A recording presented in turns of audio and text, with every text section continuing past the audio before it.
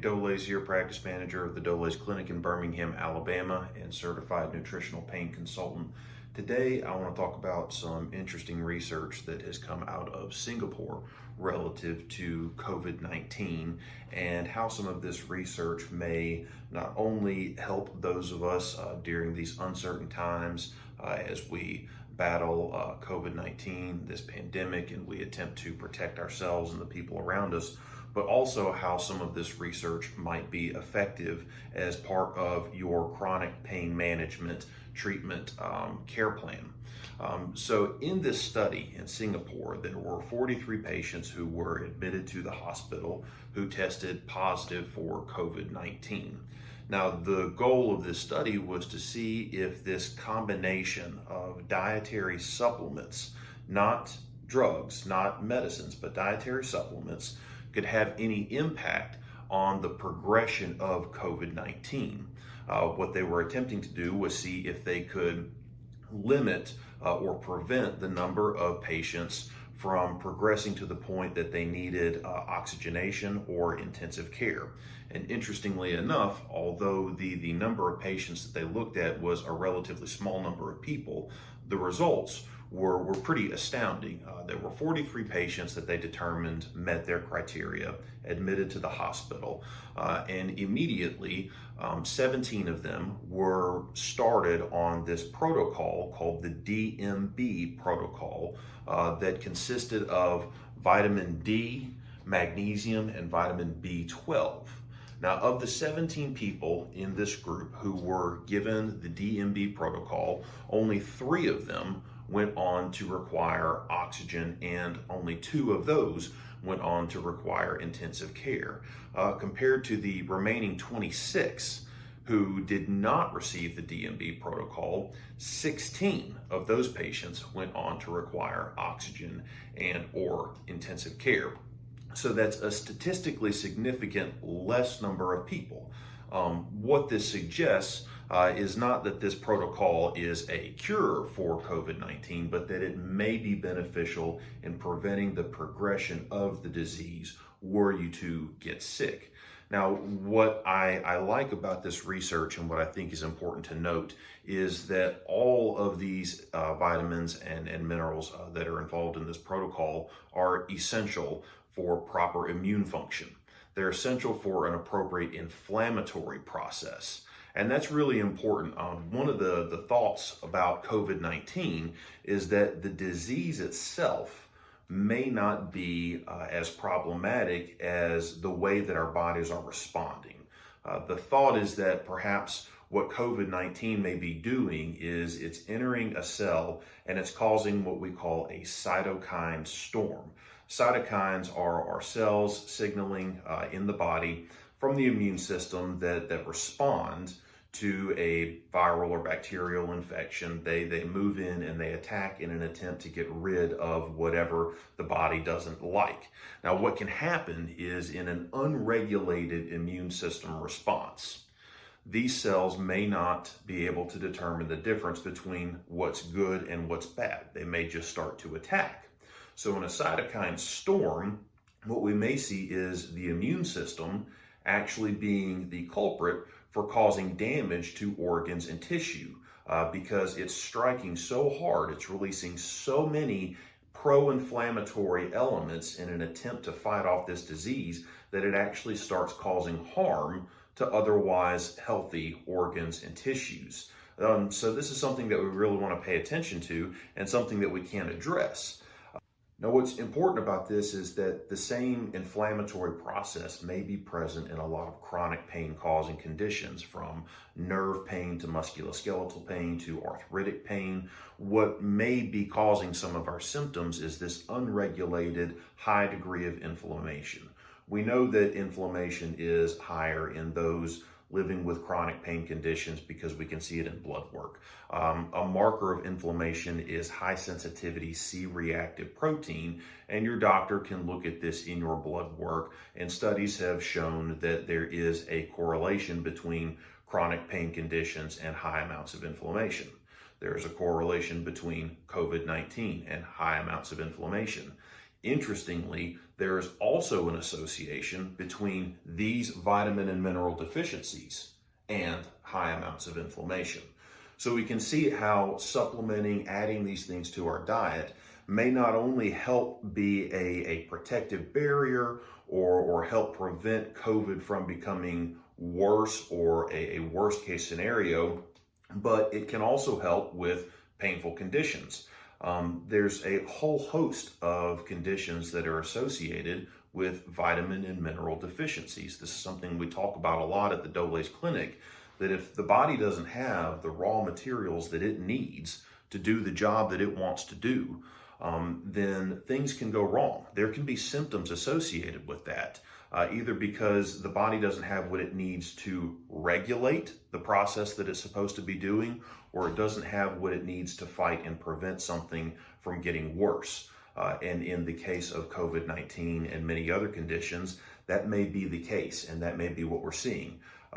As with other videos, we've gone to the whiteboard to talk about individual items and how they may be of benefit. So I want to do the same thing today. The first part of the DMB protocol that we'll start with is vitamin D. The more active form of vitamin D is vitamin D3, and that's what we're talking about supplementing with today. Now, it used to be believed that vitamin D3 was more heavily involved in bone health, driving calcium to the bones to help bones be stronger. And this was the reason that they believed vitamin D could be beneficial in arthritic conditions. It may help strengthen bone tissue. But now research has shown us that immune system cells actually have vitamin D3 receptors on them. They have something that is able to capture vitamin D3 and use it for cell signaling, meaning that the cells can talk to one another. They can tell other cells what needs to happen, what we need to be doing. So vitamin D is very important. It's crucial in immune system cell signaling. You can almost think about vitamin D3 like the coach on the football field calling out the plays. Without the coach calling out the plays, sending out the signals, the other players don't know what to do. They don't know how to talk to one another. So it's very important in all of this, in the immune system regulation. And again, that's what we're talking about here, not stopping inflammation, but regulating inflammation. The next component of the protocol that we want to talk about in the DMB protocol is magnesium. Now, magnesium is what's known as an enzymatic activator.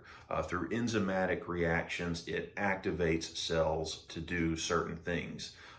This is very important in an appropriate immune system response.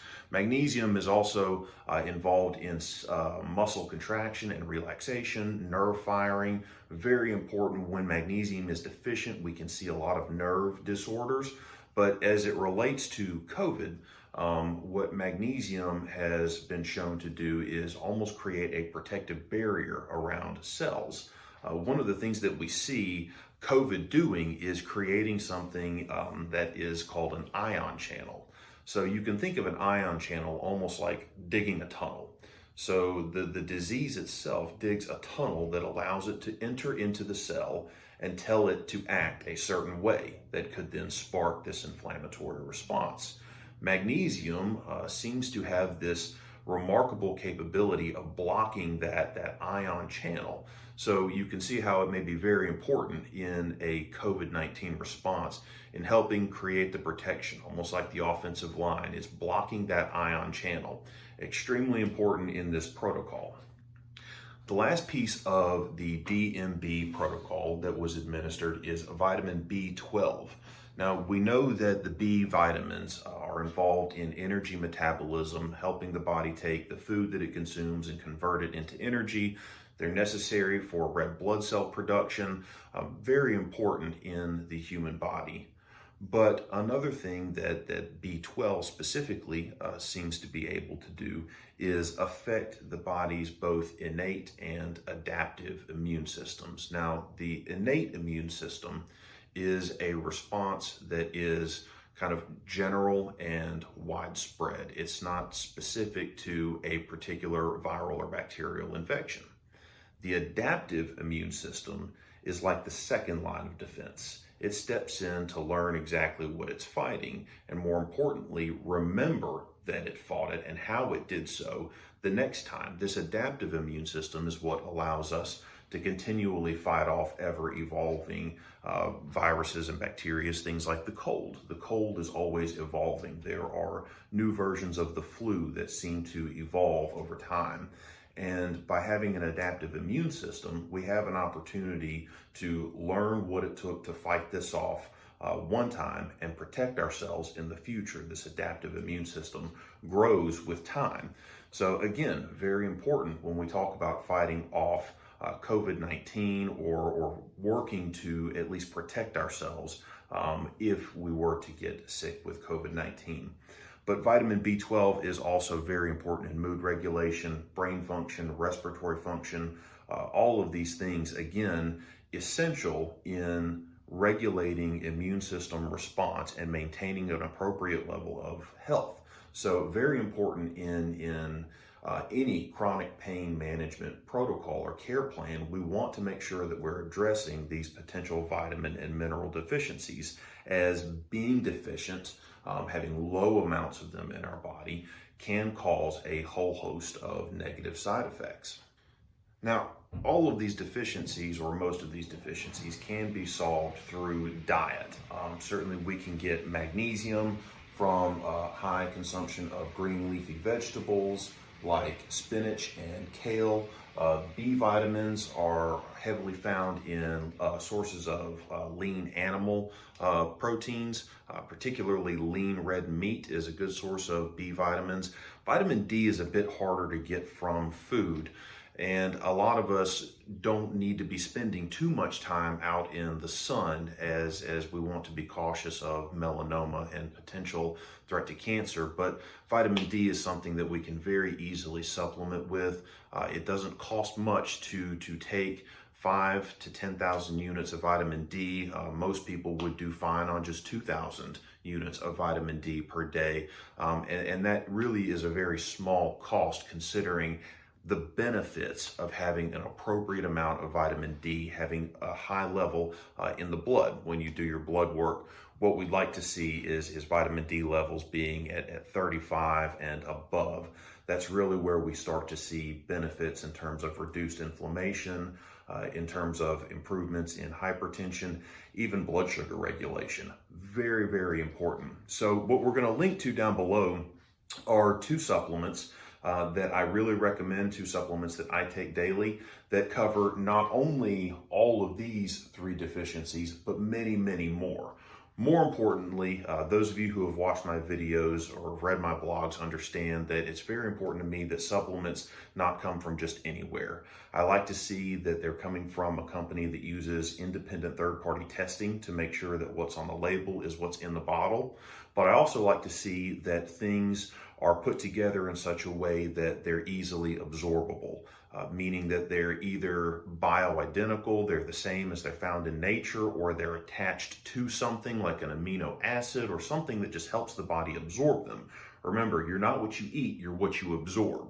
So we can address a lot of common deficiencies that are not only associated with an unregulated inflammatory response, high amounts of inflammation, they're also associated with diabetes, hypertension, poor sleep, mood disorders, a lot of things that we see as being very common in people who are really suffering if they contract COVID-19.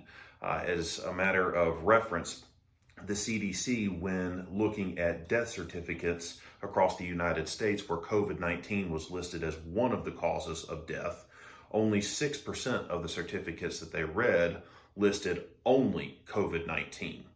The other 94% listed 2 or more comorbid conditions. Now, does this mean that COVID-19 is only killing 6% of the population? No. What it means is that if you have other conditions and you get sick, you are more likely to become severely sick. You are more likely to be more severely impacted if you have hypertension that's unregulated, if you have diabetes, being overweight, sleep apnea. All of these things are comorbid conditions that can affect what's going on in the body can affect the immune response. And if that immune system is weak and COVID-19 enters, then you can be very susceptible to the disease. So as we all cover our faces and we all wash our hands to make sure that we're protecting ourselves and others on the outside, we also need to consider what we're doing to protect ourselves on the inside. How are we sleeping? How are we managing stress? How are we managing diet and making sure that we're getting the vitamins and the minerals that we need? Now, again, before starting any supplement protocol, you should review everything with a primary care physician. This is not medical advice. These are not prescription drugs, but they are things that are important to the diet, whether we're talking about addressing chronic pain, comorbid conditions, or we're talking about trying to protect ourselves from COVID-19, or at least prevent it from getting as bad as it might get. Is there a guarantee that this will stop the progression of the disease? No. But it is interesting research, and it is relevant, and it is important. And I would say, independent of COVID-19, I would tell any person or any patient looking to improve their health to make sure that they optimize these things in their diet. I do the same. I won't recommend to you something that I don't personally take. So I hope you found this information useful. I hope that you click the link below and take advantage. Easy and cost-effective ways to protect yourself from the inside while you're also trying to protect yourself and others on the outside. Thank you. Have a good day.